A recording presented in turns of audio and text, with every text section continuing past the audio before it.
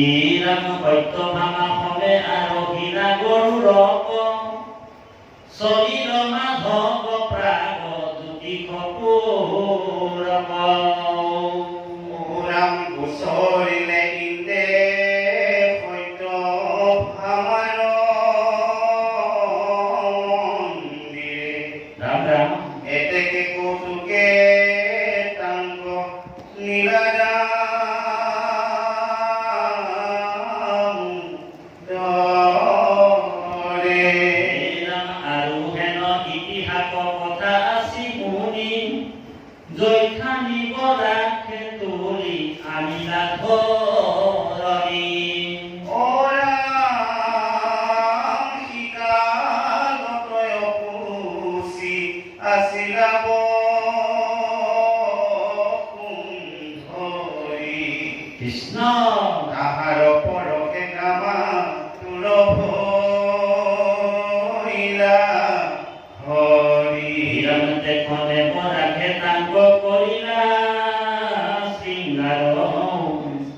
কৃষ্ণ বীৰ্য পৃথিৱীৰ ভলে কুমাৰ ওৰাম সেহি খেলৰ কাপুৰ ভৈলে দুৰ্জয় কৃষ্ণ গেহিলেলা বসুমতী বুলিলা বিনয় হে ৰাম ৰজস্বলা কালে প্ৰভু কৰিলা শৃংগাৰ এহি দুখে পুত্ৰ মোৰ কৈবে দুৰাচাৰ পুৰাম তথাপি দুটাকন ধন বধিবা নাৰায়ণ কৃষ্ণ মুখ যে বেদায় আছে কমল কমল নয়ন গতিকে ভগৱন্তক প্ৰাৰ্থনা কৰিছে কোনে প্ৰাৰ্থনা কৰিছে ভগৱন্তক বসুমতীয়ে প্ৰাৰ্থনা কৰিছে প্ৰভু বৰাক অৱতাৰ যেতিয়া ভগৱন্তক পৃথিৱী উদ্ধাৰ কৰিছিলে বসুমতী তেতিয়া বসুমতী অসুচী অৱস্থাত আছিল সেই সময়তে ভগৱন্তক স্পৰ্শ কৰাৰ লগে লগে ভগৱন্তৰ কাম ভাৱ জাগৃত হৈছিল আৰু ভগৱন্তৰ বীৰ্যৰ পৰা এটা কোমৰ উৎপন্ন হৈছিল সৃষ্টি হৈছিল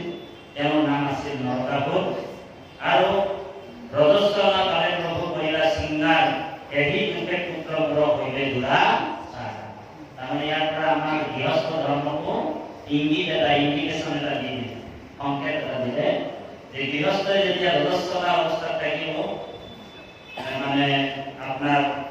স্ত্ৰী আৰু পুৰুষ এই সময়ত কামনা বাসনাত লিপ্ত হ'ব নালাগে এই সন্তানটো কি হ'ব দুৰাচাৰ হ'ব বুজি পাইছে সেইকাৰণে ৰজস্বলাৰ 7 দিনৰ পিছত যদি সন্তান জন্ম কৰাৰ যদি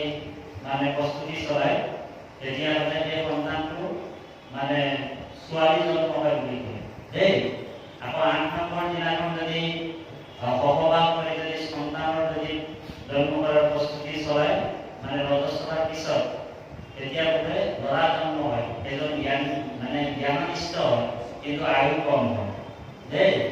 9 নম্বৰ দিনাখন তেনেকুৱা 20 নম্বৰ 14 নম্বৰ আৰু 20 নম্বৰ দিনাখনে শুভ সন্তান জন্ম হয় 14 নম্বৰ দিনাখন আৰু 20 নম্বৰ দিনাখন এইটো পুৰাণত আছে গতিকে ভগৱন্তক অৰ্পণ কৰি দুয়ো পুৰুষ আৰু পত্নী ঈশ্বৰৰ যদি ভকত হয় আৰু সেই সময়ত যদি 14 নম্বৰ দিনাখন যদি তেওঁলোকে একেলগে সহবাস কৰি পুত্ৰ বা পুত্ৰীৰ কামনা কৰে আচলতে পুত্ৰ শব্দৰ অৰ্থটো উভয় লিংগই কৰে ছোৱালীজনীও বুজায় ল'ৰাটোও কথা বুজায় গতিকে তেতিয়া শুভ আৰু আয়ু বৃদ্ধি হয় লগতে জ্ঞাননিষ্ঠ হয়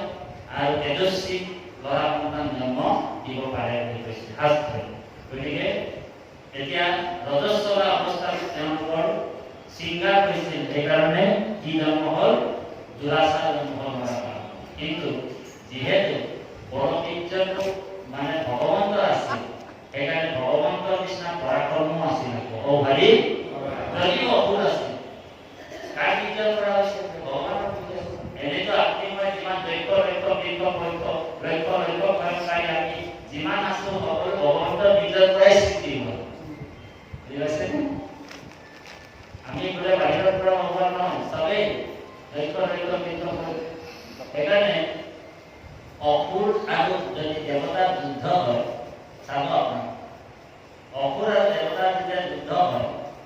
ভগৱন্ত অসুৰকো পক্ষপাত কৰে আৰু দেৱতাকো পক্ষপাত কৰে। কেনেবাকৈ যদি অসুৰৰ পক্ষত যদি মাৰ কাট কৰি মৰিবলগীয়া হয়, একেবাৰে ঠিক মৰিম হয়,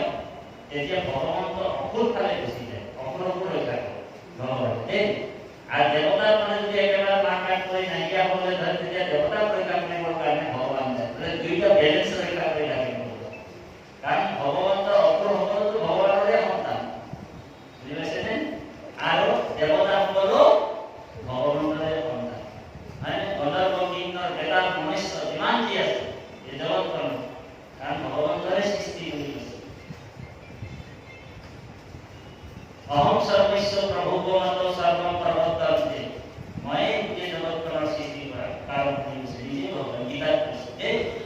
গতিকে কৃপালু বাপাই সমস্ত অকণমান আকৌ বাপ ভাগি যাওক, কাৰণ বসুমতীয়ে কৈছে তথাপিতো তাকো নধৰিবা নাৰায়ণ, নবাধিবা নাৰায়ণ, মুখ যেবে দয়া আছে কমল নয়ন। ভগৱন্তৰ একেবাৰে প্ৰিয় নাম মানে লক্ষ্মীয়ে মাতে কমল নয়ন বুলি, একেবাৰে প্ৰিয়। সেইকাৰণে বসুমতীয়েও ভগৱন্তৰে জায়া মানে পত্নী, শ্ৰীদেৱী, ভূদেৱী, নীলাদেৱী এইকেইটা ভগৱন্তৰে পত্নী। ভগৱন্তৰে এনেকুৱা ওলাই গ'ল আগগৰাকী পাত্ৰাণী আছে। গতিকে সেই বৈকুণ্ঠত যেতিয়া ভগৱন্ত থাকে, শ্ৰীদেৱী, ভূদেৱী, নীলাদেৱীয়ে ভগৱন্তক স্তুতি কৰি থাকে আৰু সেৱা শুশ্ৰূষা কৰি থাকে। গতিকে শ্ৰী মানে দেৱী মানে হৈছে লক্ষ্মীৰ কথা কৈছে, আৰু সেইজনে সীতা, সেইজনে ৰুক্মিণী, হয়নে বাৰু? গতিকে সেইজনে বসুমতী। গতিকে এই কথাবিলাক ইয়াতে কোৱা হৈছে। তাৰপিছত পাঠে আমাক কি কয় শুনিব। এই ৰাম হেন শুনি হাতী হৰি বুলিলা বচন, নবধিব ইটো যেবে ৰাখে সাধু জন, নুহি যেবে মহন্ত কৰে অপকাৰ, তোমাক কহিয়াতে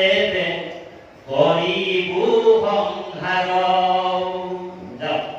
এই বৰ চিত্তয়া কি ভৈলৈ উপসন, কৃষ্ণ নৰক মানিবা কৰিলা যতন। বিৰাট পৃথিৱীৰ অখে হয়তো ভামাউত পতি, এতেকেহে লাগে লয়া গলা লক্ষ্মীপতি।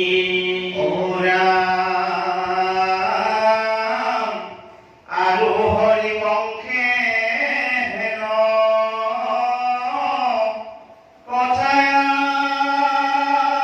কথায়াছি শুনি,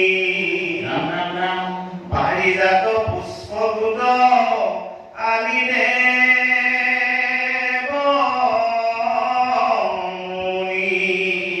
তাৰপিছত পাঠে আমাক কি কৈছে, হেন শুনি হাতী হৰি বুলিলা বচন, নবাধিবু ইটো যেবে ৰাখে সাধুজন। তাৰমানে বসুমতীক কৈছিল ভগৱানে, তেওঁ যদি সাধুৰ ওপৰত যদি অত্যাচাৰ নকৰে, তেনেহ'লে তেওঁ মোৰ হাতৰ পৰা কেতিয়াও মৃত্যু হ'বনে? আৰু কেনেবাকৈ যদি মোৰ সন্তসকলক, ভকতসকলক, সাধুসকলক যদি অত্যাচাৰ কৰিব, তেনেহ'লে অতি শীঘ্ৰে তেওঁ মাৰা যাব বুলি কৈছে। অ ভাই, তেতিয়া আকৌ সংঘাত হ'ব বুলি কৈছে। তোমাকো পৰিয়ালে কৰিব সংঘাত, আকৌ তোমাক কৈ কিনিহে সংঘাত কৰিব কৈছে বসুমতী। তোমাক নোকোৱালৈকে তোমাৰ এই কাৰবাৰটো বুজি পাইছেনে? যিহেতু মানে যদি ভগৱন্তই লক্ষ্মীৰ পৰা অৰ্ডাৰ লৈ যদি অৰ্ডাৰ নোপোৱাকৈ যদি নৰকাসুৰক মাৰি দিয়ে, এনেই বসুমতীয়ে মানে অপৰাধী ভগৱন্তক কৰিব। সেইকাৰণে ভগৱানে চালে যে লক্ষ্মীক কৈছে মানে হেৰি বহুমতী যে তোমাক কৈ কিনিহে তাক মাৰি সেইটোৱে কি কৰিছে এৰি বৰ শীঘ্ৰ আহি ভৈল উপমন যিটো বৰ দিছিলে সেইটো সময়সীমা উপৰি বুলি কৈ যে মানুহ এজন মানুহে যদি বোলে বহুত অত্যাচাৰ কৰে মানুহবিলাকৰ ধন টকা পইচা লুটমাৰ কৰে টকা পইচা হৰণ কৰে মানুহজনৰ অত্যাচাৰ কোনো ভালকে মাটি এডালত ৰাখিব নোৱাৰে সেই মানুহটোৰ সকলোৱে গালি দি দি দি দি দি দি দি তাক মানে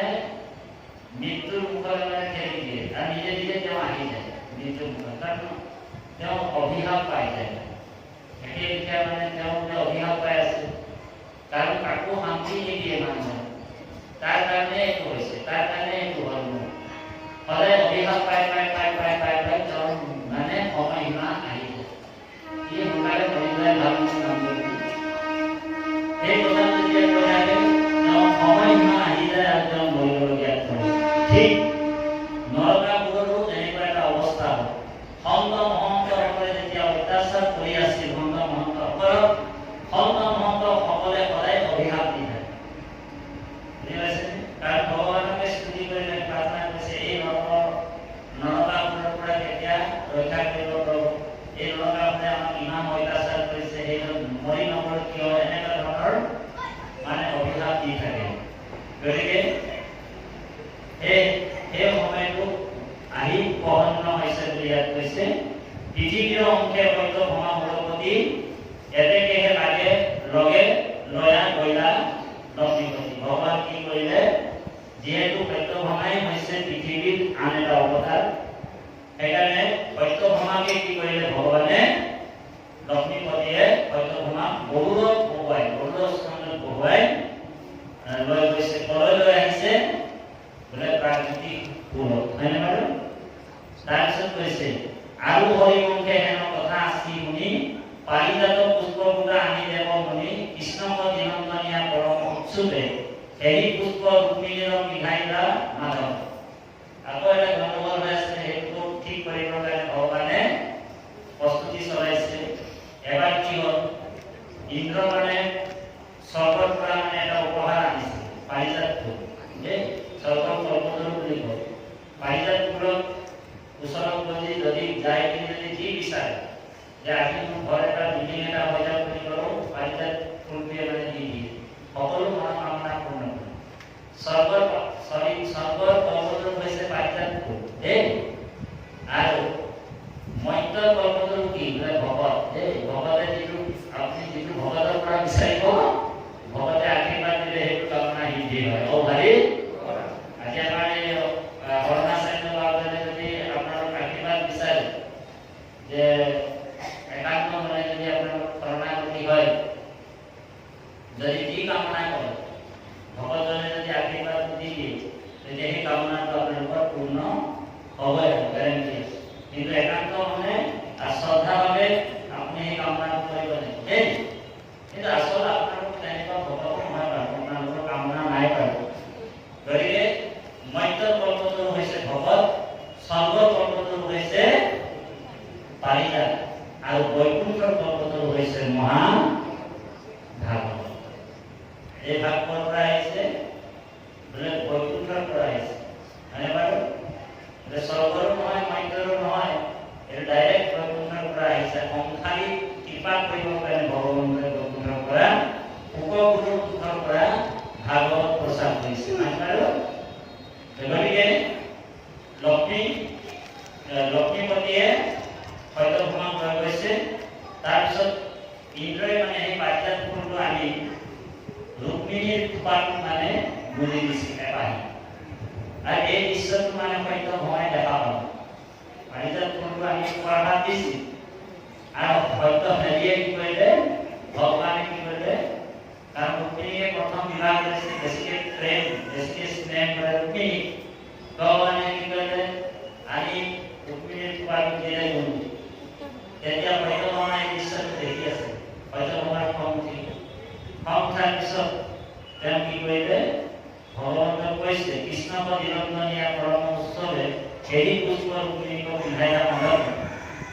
শুনি সত্যভামা ভৈৰৱ কষ্ট মন মাধৱৰ ৰূপে আদি কৰিল কন্দন কান্দিব আৰম্ভ কৰিল সত্যভামা। তাৰপিছত কি কৰে কাষে অন্ধাৰ ৰাম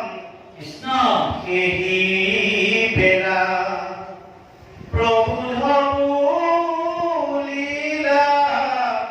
চক্ৰপাণি অনাকান্দিবা পাৰিজাত অকাশনী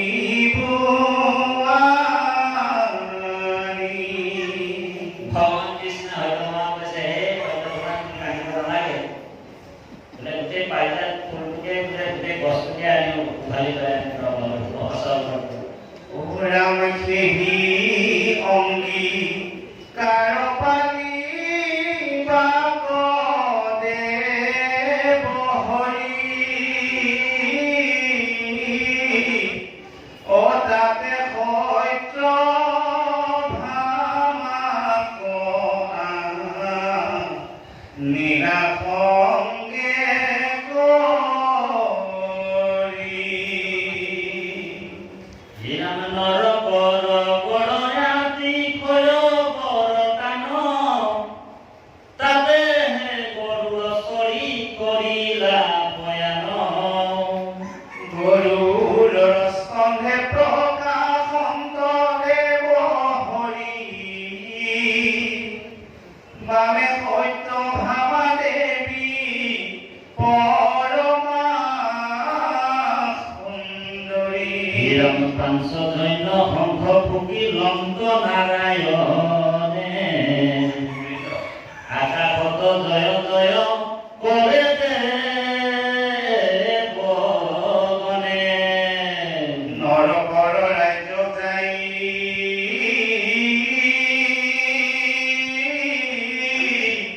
পাইলা দামোদৰে কৃষ্ণ পৰম সংকট তাৰ দুৰ্গম নগৰে গতিকে ভগৱানৰ সত্যভামা কয় প্ৰথমে আহি পালে কলৈ য'ত নেকি প্ৰাকৃতিকপুৰ নৰকৰ ৰাজ্য এই স্থানত আহি উপস্থিত হ'ল সেই অংগীকাৰ পালিবাব দেৱ হৰি তাতে সত্যভামাক আনি তাৰ সংজ্ঞা কৰি নৰকৰ গড় কাটি কয় গড় টান তাতে সেই গৰুৰ চৰি কৰিলা ভয়ান য'ত নেকি গড় বান্ধি থৈছিলে গড় গড় য'ত নেকি বোলে কোনো অন্য সামন্তে এটা আক্ৰমণ কৰিব নোৱাৰাকৈ এটা ফুটাও নৰখাকৈ মানে তেওঁ ডাঙৰ ডাঙৰ গড় বান্ধি থৈছিল কিৰেৰে তাত আহি ভগৱন্ত গৰুৰ পক্ষীৰ পৰা নামি আৰু তাৰ পৰাই গৰুৰৰ স্কন্ধে প্ৰকাশন্ত দেৱ হৰি বামে সত্যভামা দেৱী পৰমা সুন্দৰী পাঞ্চজন্য শংখ ফুংকিলন্ত নাৰায়ণ পাঞ্চজন্য শংখটো বজালে আকাশত জয় জয় কৰে দেৱগণ তাৰমানে নৰকক মানে ধুনুজি দিছে যে ভগৱান কৃষ্ণ যে মই আহিলো বুলি যেতিয়াই পাঞ্চজন্য শংখটো ফুকিলে তেতিয়া নৰক গম পাই গ'ল যে এতিয়া যুদ্ধৰ কিবা এটা চুনতি এটা আহিছে আৰু এই কথাটো গম পালে এতিয়া শংখটো কিহৰ কাৰণে বজায় মংগলৰ ধ্বনি শংখটো দেই শংখ এনে শংখ বস্তুটো বৰ ডাঙৰ কথা আইসকলে শংখ বজাব পাৰে কিন্তু এটা সময় আছে বিয়া যিসকল আইসকল আহিছে আৰু ল'ৰা ছোৱালী যদি জন্ম হোৱা নাই সেইসকল আয়ে শংখ বজাব নালাগে দেই যিসকল আয়ে একেবাৰে বয়সত প্ৰায় 60-70 বছৰ হৈছে সেইসকল আয়ে শংখ বজালে অপৰাধ নহয় কিন্তু বোলে ল'ৰা ছোৱালী জন্ম হোৱাই নাই সেই সময়ত যদি শংখ বজায় তেতিয়াহ'লে এই নাড়ীটো দুখ পায়। এই নাড়ীটো যিটো আছে নাভি ইয়াত শংখ বজালে দুখ পায়। তেতিয়া যিটো আপোনাৰ স্ত্ৰীত যিটো আপোনাৰ হেৰি থাকে নহয় কেঁচুৱা হোৱাৰ ঘৰ যিটো থাকে সেইটো মানে লৰি গ'লে মানে পিছত আৰু কেঁচুৱা জন্ম হোৱাৰ সম্ভাৱনা নাথাকে। এইটো বিজ্ঞানসন্মত এইটো শুদ্ধ কথা দেই। সেইকাৰণে শংখ কাঠৰ পৰা আছে বজাওক, কিন্তু সময় কিমানহে বজাব। শংখটো এনেই মানে শংখ বস্তুটো কি বস্তু? এইটো হাড়ি হয়, হাড় মানে যেনেকৈ যে দবাটো আপোনাৰ ওপৰটো কি চাপ থাকে? এইটো গৰু চাপ, মহৰ চাপ বা ছাগলীৰ চাপ, কিবা চাপ থাকে। এইটো হয় বাৰু? এইটো অপবিত্ৰ বুলিও কোৱা হয়, মৰা গৰুৰ চাপ হয় নে বাৰু? এতিয়া আমি চবে গা ধুব লাগে নিয়ম, কিন্তু এই চাপটো বা সেই সাৰটো যদি ঈশ্বৰৰ কৰ্মত ব্যৱহাৰ হয় সেইটো পবিত্ৰতা। তাৰমানে ধৰ্মই তাক নিষেধ কৰে, মানে ধৰ্ম যিটো অনুমতি দিয়ে সেইটো আপুনি ল'ব লাগিব। আৰু ধৰ্মই তাক নিষেধ কৰে সেইটো আমি ল'ব নালাগে, কাৰণ সেইটো বৈকুণ্ঠৰ বস্তু বুলি কৈছে। এতিয়া মৃদংগবিলাক বজাইছে চব চালেৰে হৈছে, কিন্তু সেইবিলাক বস্তু পবিত্ৰ বুলি কৈছে। মৃদংগটোৱে সদায় কয় ধিক তাম ধিক তাম ধিক তাম বুলি হয় বাৰু? মৃদংগটোৱে কৈছে যিসকলৰ শৰীৰ নবজে সেইসকলৰ জীৱনটো ধিক ধিক ধিক ধিক। বুজি পাইছেনে? সেইকাৰণে এই দ্ৰব্য বস্তুবিলাক মানে যদি ঈশ্বৰৰ সেৱাত যদি বা ঈশ্বৰৰ কৰ্মত যদি অৰ্পণ হয় বা ঈশ্বৰৰ কৰ্মত যদি সেইবিলাক আমাৰ ঈশ্বৰৰ কৰ্মত যদি ব্যৱহাৰ হয় সেইবিলাক বস্তু পবিত্ৰ হয়। সেইকাৰণে শংকৰ ধ্বনি আমাৰ শুনি ৰাইক সকলোবিলাকো পলাই কৰি গৈছে। যাৰ ঘৰত শংখ ধ্বনিটো বজায় সেইসকলৰ আশে পাশে যদি কেনেবাকৈ যদি ৰাইক অসুৰ ডাইনী জুবিনী যদি থাকে গধূলি আৰু ৰাতিপুৱা যদি শংখ বজায় তেওঁলোকে তেতিয়াহ'লে এই ৰাইক অসুৰবিলাক আঁতৰি যায়। বুজি পাইছেনে? সেইকাৰণে শংখ বজাব। কালি এটা সময় আছে আমি ক'লোৱে বা সকলোৱেতো যেতিয়া তেতিয়া বজাব পাৰিম, বা সকলৰ কোনো দিগদাৰী নাই। কিন্তু আইসকলৰ এটা নিয়ম আছে বান্ধা। আইসকলে গায়ত্ৰী মন্ত্ৰটো উচ্চাৰণ কৰিব নাপায়, এইটো বেদত মানা আছে। কাৰণ গায়ত্ৰী পঢ়াৰ অধিকাৰটো আপোনাৰ মানে স্ত্ৰীক দিয়া নাই। গায়ত্ৰী মন্ত্ৰটো হ'ল কোনো প্ৰকাৰ ওম ভুৱস্বহাকৈ কৈ যে, কাৰণ গায়ত্ৰী মন্ত্ৰটো যজ্ঞ কৰি সংস্কাৰ যেতিয়ালৈকে নহয় তেতিয়ালৈকে বোলে গায়ত্ৰী মন্ত্ৰ পঢ়িব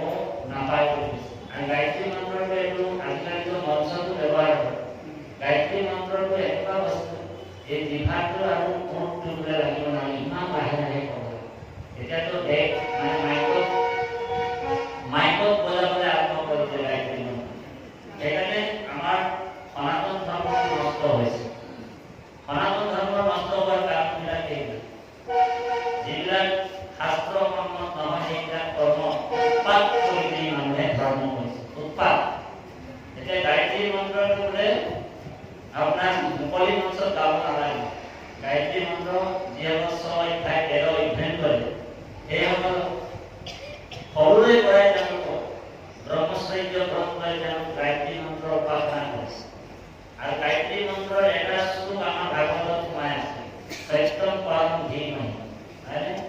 ওম ভুৱস্বহা বিদ্যেয়ম ভাগৱতম পশু দয়া। গতিকে এই যিবিলাক কথা আমাৰ সনাতন ধৰ্মত এইবিলাক বস্তুবিলাক বহুত মানুহে উৎপাত ধৰ্ম কৰি আছে। সেইকাৰণে এই উৎপাত ধৰ্মটো আমি কৰিব নালাগে। কৃপাৰ বাবে সমস্ত এতিয়া তাৰপিছত কি হ'ব অকণমান পাঠৰ মাজত সোমাই লওঁ। কৃষ্ণ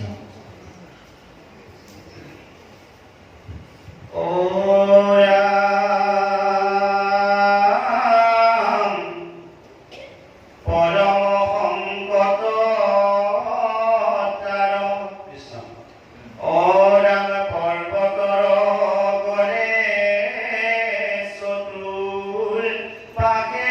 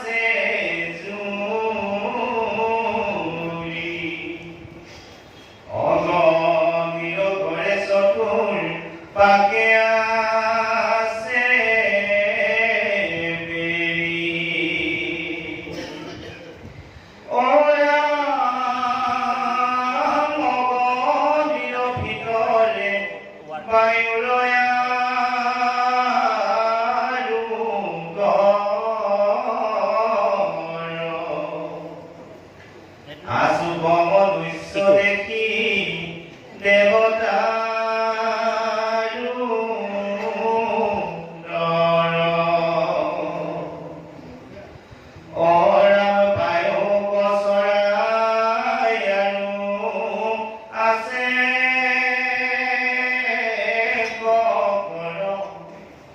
চাৰিপাশে জালকাঞ্চি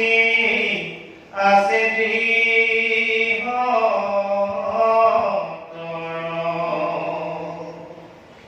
তাহাৰ ভিতৰে থাকে নৰক দুৰ্জয়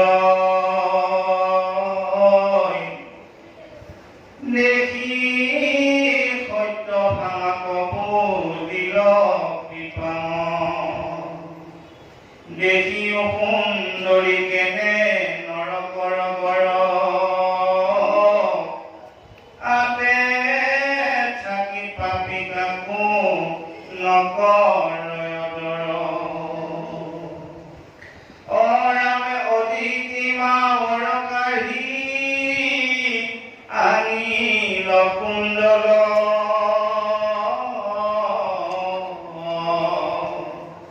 জগতৰে অপকাৰ কৰিল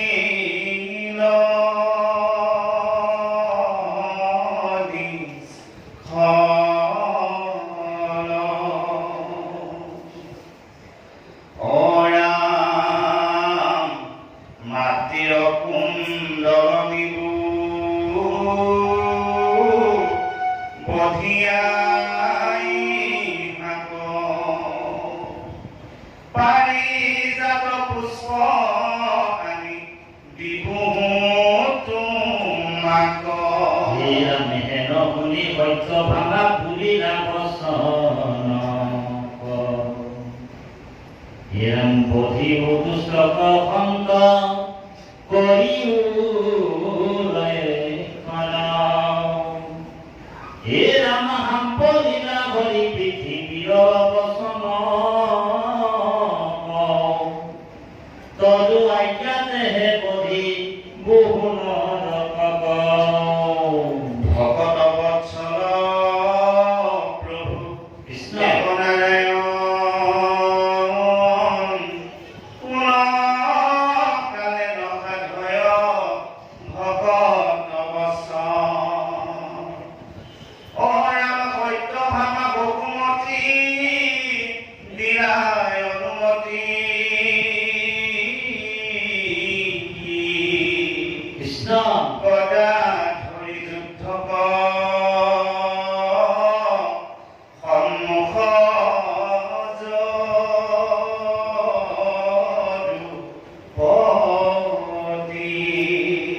কৃষ্ণ কৃপালু বাবাই সমস্ত নৰপদ ৰাজ্য যাই পাইলা নামদৰ পৰম সংকট তাৰ যুগক নগৰ অসুৰ ৰাজ্য কেনেকৈ থাকিব জানে আৰু আপোনাক এই অসুৰ ৰাজ্যত প্ৰৱেশী প্ৰভু নাৰায়ণ পৰ্বতৰ ওপৰে চতুষ্পাহে আছে জুৰি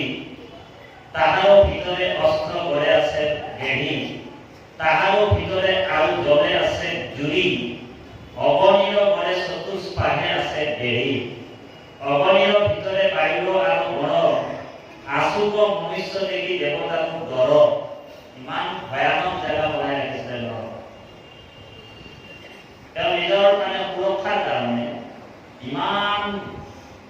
সাংঘাতিক ধৰণৰ তেওঁ মানে নিজৰ সুৰক্ষাৰ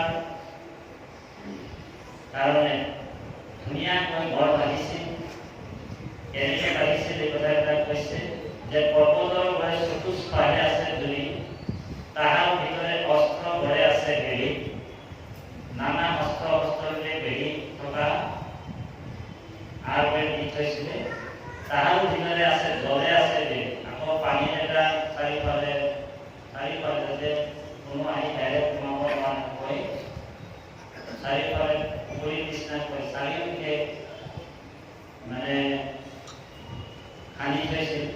যাতে কোনো আহি মোৰ ৰাজ্যত আক্ৰমণ কৰিব নোৱাৰিব বুলি তেওঁ এনেকুৱা ব্যৱস্থা কৰিছিল অগণিৰ ভিতৰে বায়ু আৰু বৰফ আকৌ দগ দগ দগ দগ জুই জ্বলাই ৰাখে চাৰিওদিশে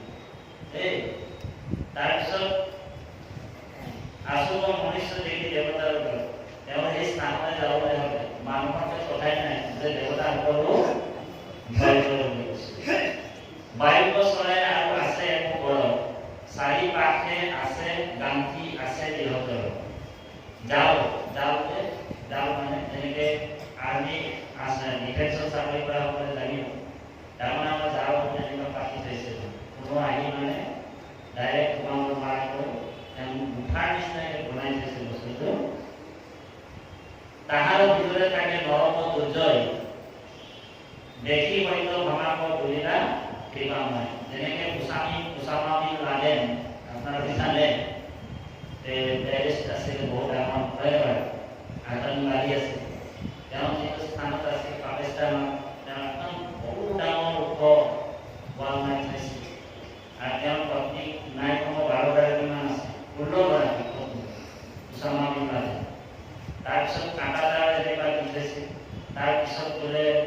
এনেকৈ চিচা ৱাল পুৰা হেৰি কৰিছে তাৰ ভিতৰত তেওঁ বুলেট প্ৰুফ নিচিনা এটা বস্তু বনাইছে তাৰ ভিতৰত তেওঁ যিটো ৰুমত থাকে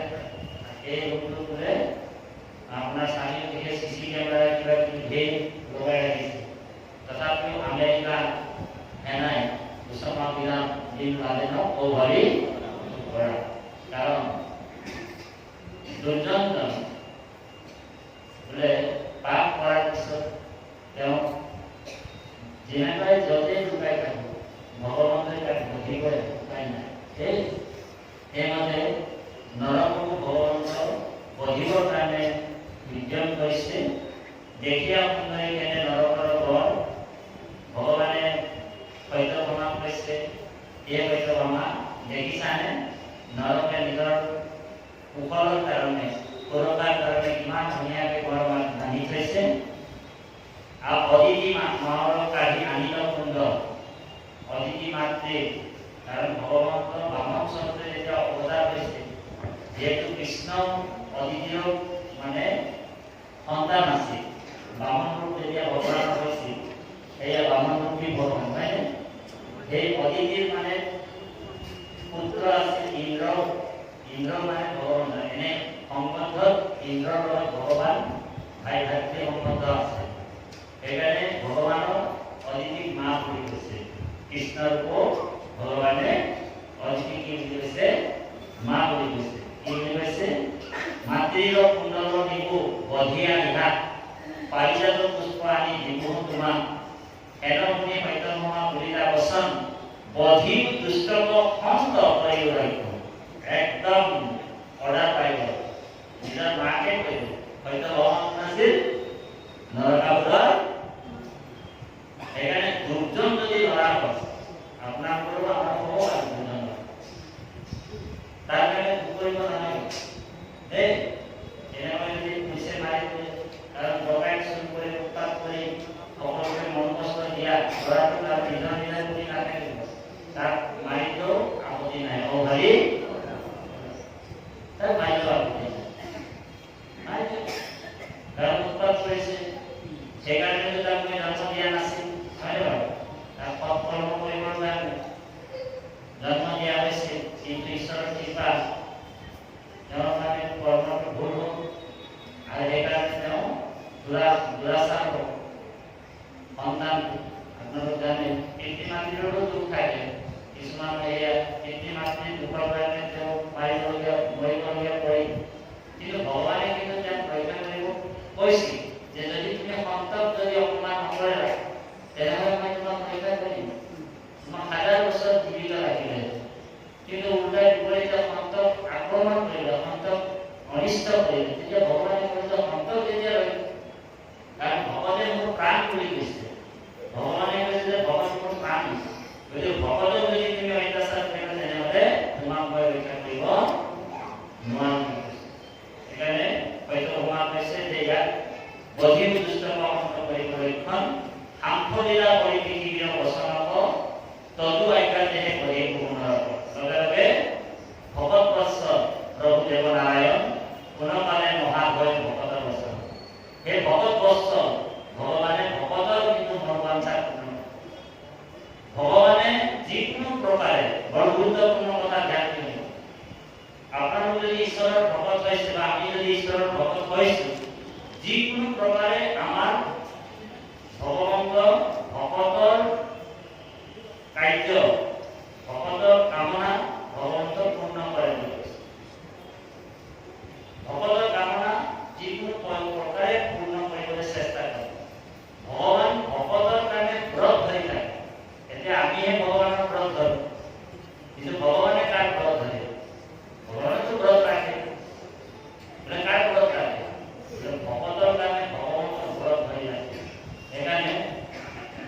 ভীষ্মই কৈছে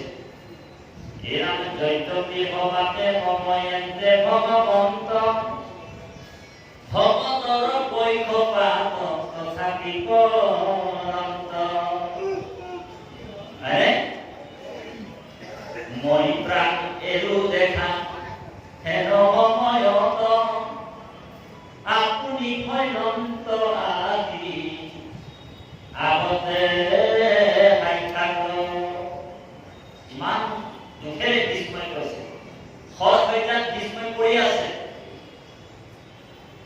জোঙা জোঙা মানে ধনু যিবিলাক কাৰণ জোঙা জোঙা অস্ত্ৰ বুদ্ধিৰে এজেৰে ৰক্ষণ কৰে ভীষ্ম সৎ হত্যাত ভীষ্মই কেৱল ভগৱন্তকে চিন্তা কৰি আছে আৰু কাকো নাই ভগৱন্তৰ বাহিৰে তেওঁৰ বেলেগ চিন্তা নাই ভগৱন্তৰ আৰু পাপবিলাক সোমৰণ কৰিবলৈ তেওঁ অশ্ৰু মানে দ্ৰুতক হৈ আহিছে আৰু এই ভীষ্মৰ যিটো অৱস্থা দেখি ভগৱন্তৰো চকু পানী উঠিছে ভগৱন্ত জানিছে হয়নে তাৰপিছত ভীষ্মই কৌৰৱ আৰু পাণ্ডৱ উপস্থিত হৈছিল তাত ভীষ্মই সকলোকে ভগৱন্ত কৃষ্ণক চিনাকি কৰি দিছে এই নাম চিনাইলে লাগিলা ভীষ্মে মেলিয়া আঙ্গুলি এহেন্তে ঈশ্বৰ হৰি কামাঙ্ক বুলি এজনে কাম সম্প্ৰতি ধৰিয়া আছে দৈব কীৰ্তনয় আতহন্তে বৈটো সৃষ্টি স্থিতি অন্ত ভীষ্মই কান্দিছে যে এইজন সাধাৰণ বুলি নাভাবিবা ভগৱন্ত ফালে আঙুলি মেলিয়াই চিনাকি কৰি দিছে চিনাইব লাগিলা ভীষ্মে মেলিয়া আঙুলি এহেন্তে ঈশ্বৰ হৰি কাল আঙ্ক কৰি কাল বেলেগ নাই এইজনে কাল ও হৰি কাল ভগৱন্তে নিজেই কৈছে মই কাল কৰি মই কাল ৰূপে ধৰু মেৰিয়াই মই কাল ৰূপে সকলোকে ধৰু মেৰিয়াই নৰকৰ পৰা জানো নেদি উঠিবা যোনে মোক চিনি নাপায় অন্তিম সময়ত তাক মই কাল ৰূপে ধৰু মেৰিয়াই নৰকৰ পৰা মই তাক উঠিবই নিদিম সেইটো ভগৱন্তে গীতা কৃষ্ণই অৰ্জুনক কৈছে সেইকাৰণে ভীষ্মই কান্দিছে ভগৱন্তে ভীষ্মই গম পায় যে জৰুৰ ভগৱান আহিব মোৰ ওচৰত ভীষ্মই মতাও নাছিল কিন্তু ভগৱন্ত দৌৰি আহিছে ভকতৰ পক্ষপাত গতিকে আপোনাৰ ওপৰত ভগৱন্তৰ পক্ষপাতি হ'ব কেনেকে হ'ব যেতিয়া আপোনাৰো ভগৱন্ত চৰণত কাই বাক্য আৰু মন যেতিয়া অৰ্পণ কৰিব হৰি যেতিয়ালৈকে জীৱাত্মা ভগৱন্তৰ চৰণত শৰণাপন্ন নহয় আশ্ৰয় নহয় শৰণাগতি নহয় সেইকাৰণে শৰণটো আমি লৈছো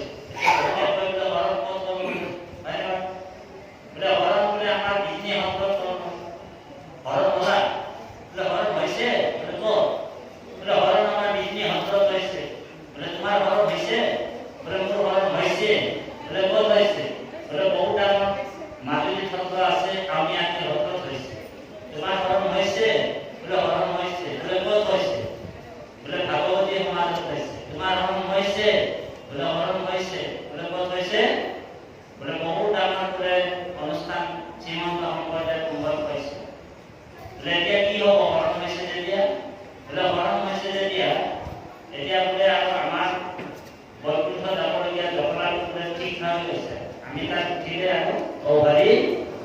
বৈকুণ্ঠ পাই হৰণ হৈছে দুখেৰে হৰণ হৈছে মৌখিক হৰণ হয়নে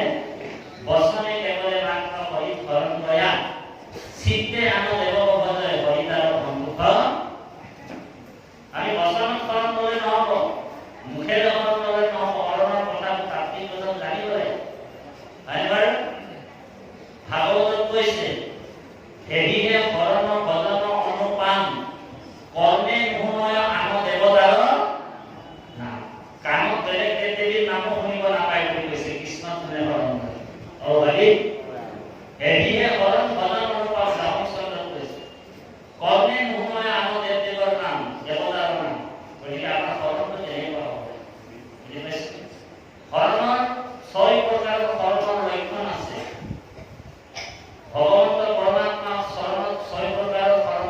জীৱ অনুকূলস্য সংকল্প প্ৰতিকূলে বিবৰ্জনম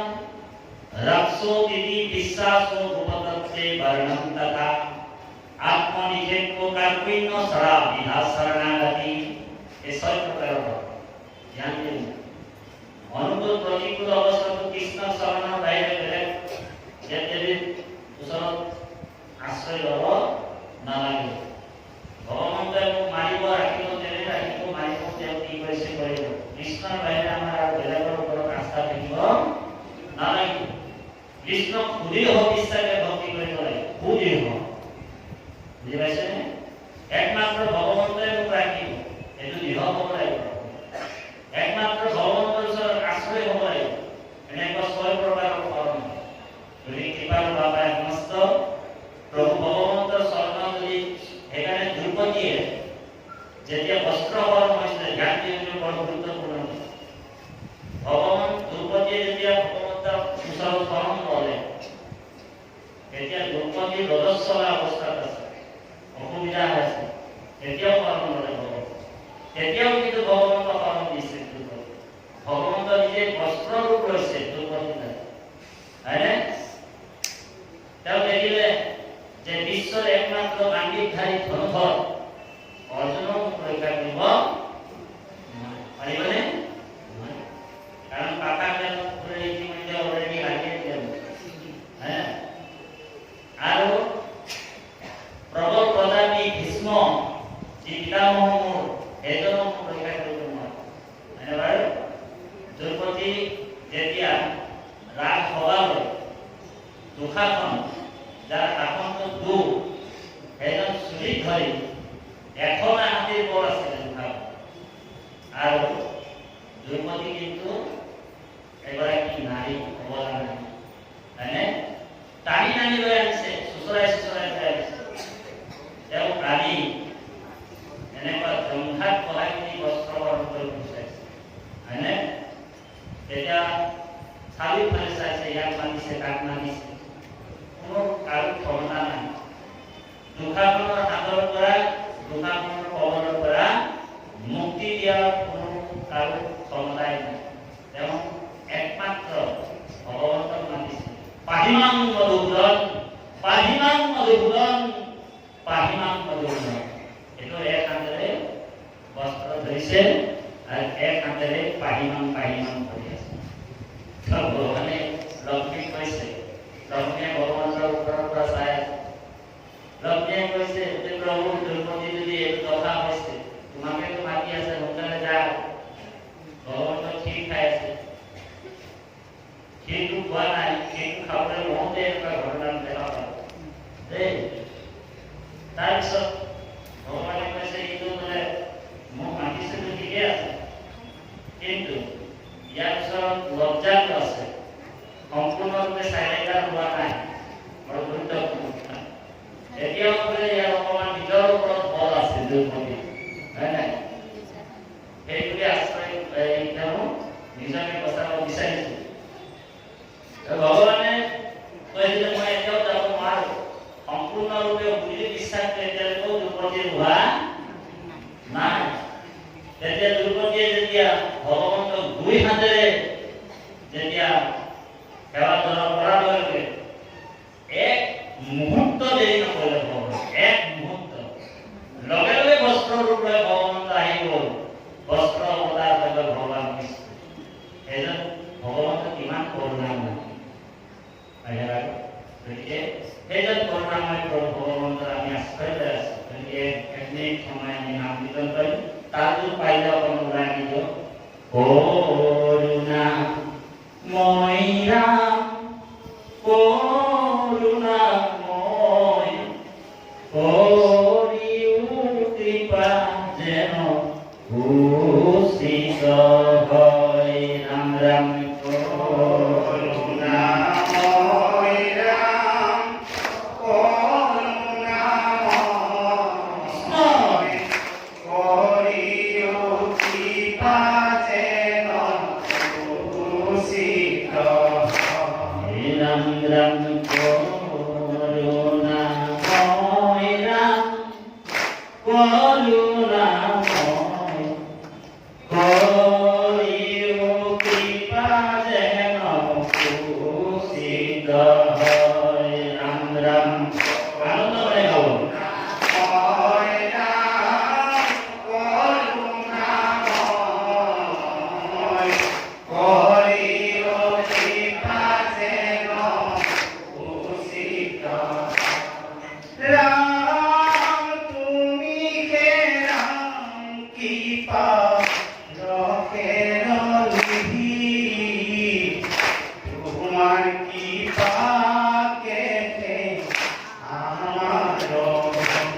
শ্রীরাম করুণ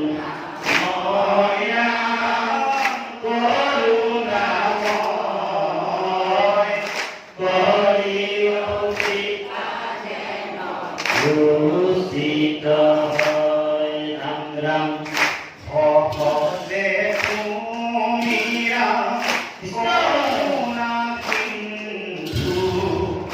তোমার কৃপা বিনে নাহি কে বন্ধু। রাম করুণাময় রাম করুণাময় করিও কৃপা যেন উচিত রাম তোমার কৃপাকে করিছু আশ অৰি পদ